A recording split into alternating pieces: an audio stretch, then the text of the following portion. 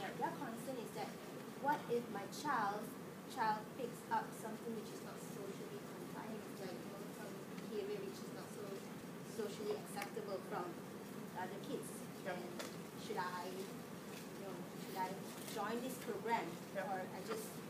Well, there is actually some research evidence about this, and the research says that kids learn positive things from positive models. They're more likely to imitate what the adults do than the other kids. Certainly kids with autism, they're not aware of the other kids. Kids with autism always follow the adult. They very rarely want to engage with other kids their age. Kids with Down syndrome also want to follow adults, and they're more likely to model the adults. Can I get some inappropriate behaviors?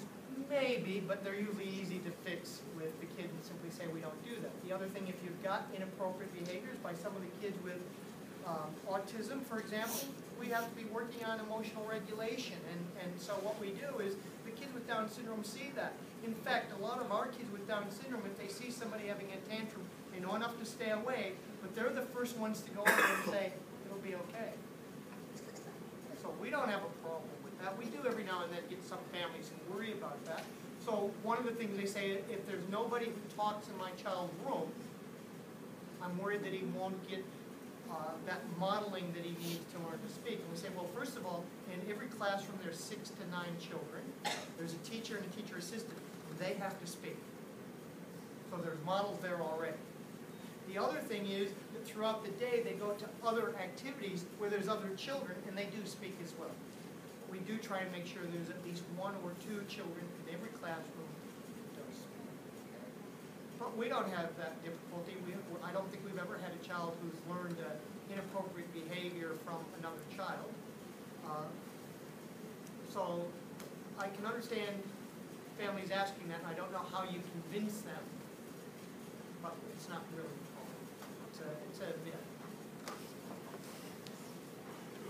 Now, if you have everybody in the school's doing the bad thing, if everybody twirls, including the teachers, will the child learn to do that?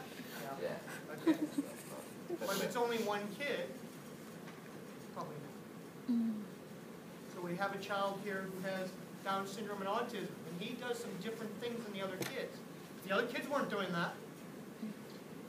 Different level of support here. But you see, they didn't imitate that, did they? Who did they imitate? The adults.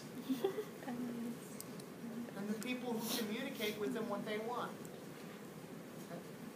They may watch a child doing the inappropriate thing and say, oh, wow, he's naughty, he shouldn't do that. So anyhow, that's all fallacy. They don't imitate bad things, they learn to do good things. Another question.